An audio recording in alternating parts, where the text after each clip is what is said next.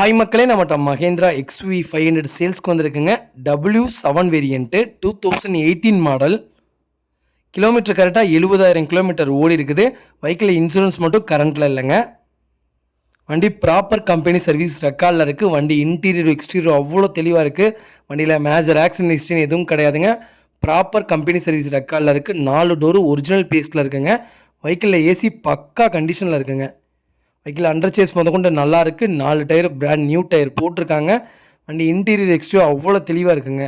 வண்டியில் எந்த ரீப்ளேஸ்மெண்ட்டும் கிடையாது, பெயிண்டிங் டச்சப்பும் கிடையாதுங்க.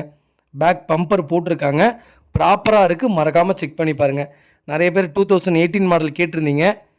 XUV 500 வந்திருக்கு, மறக்காமல் செக் பண்ணி பாருங்கள்.